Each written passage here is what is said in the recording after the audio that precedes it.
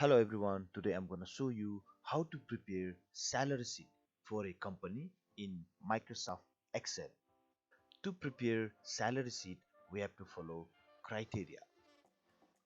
So here we have criteria: allowance equals to 15% of basic salary, SST equals to 10% of basic salary, tax equals to 10% also from basic salary, and net salary will be basic salary plus allowance minus SST minus tax. So let's prepare for ABC Private Limited.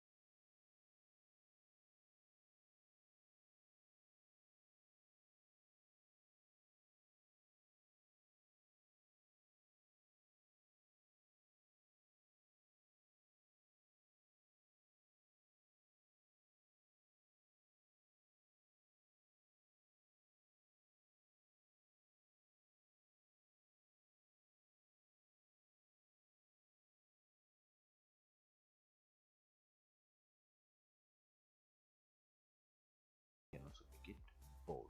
Okay, now let's have uh,